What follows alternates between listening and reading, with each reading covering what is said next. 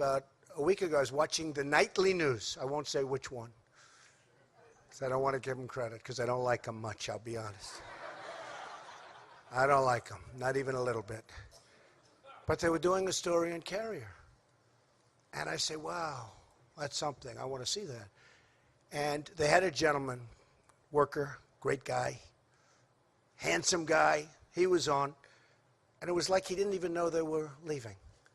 He said something to the effect, no, we're not leaving, because Donald Trump promised us that we're not leaving. And I never thought I made that promise. Not with Carrier. I made it for everybody else. I didn't make it really for Carrier. And I said, what's he saying? And he was such a believer. He was such a great guy. He said, I've been with Donald Trump from the beginning. And he made the statement that Carrier is not going anywhere. They're not leaving. And I'm saying to myself, man. And then they played my statement. And I said, Carrier will never leave. But that was a euphemism. I was talking about Carrier like all other companies from here on in, because they made the decision a year and a half ago. But he believed that that was, and I could understand it. I actually said I didn't make it. When they played it, I said I did make it, but I didn't mean it quite that way. So now, because of him, whoever that guy was, is he in the room by any chance? That's your son. Stand up. You did a good job. You did a great job, right? That's fantastic. And I love your shirt. Oh, wow. Oh, put it on, cameras. Go ahead, put it on. Well, your son is great. And he meant that, didn't he? He really meant it. At first I said, I wonder if he's being sarcastic, because this ship has sailed.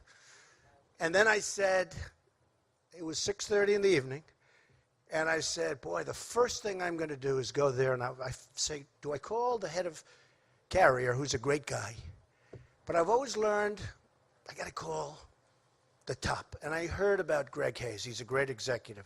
You know, I don't know if you know, United Technologies is one of the top 50 companies in the United States, and one of the top companies anywhere in the world. They make many other things other than air conditioners, believe me. Their list of companies is incredible. So I called Greg Hayes. I heard of him, but I never met him.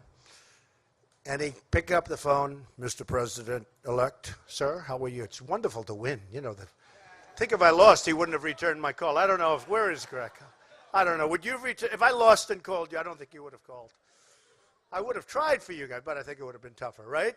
What do you think, Greg? Yeah, he's sort of nodding. Yes, you're right.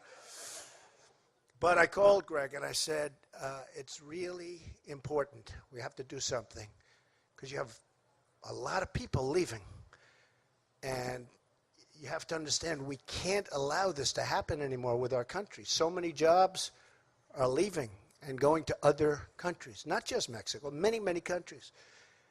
And China is making so much of our product that we're closing up a lot of plants. And I mean, I wrote down some numbers that are incredible, but the numbers of manufacturing jobs that are lost, especially in the Rust Belt, and the Rust Belt is so incredible, but we're losing companies. It's unbelievable, one after another, just one after another.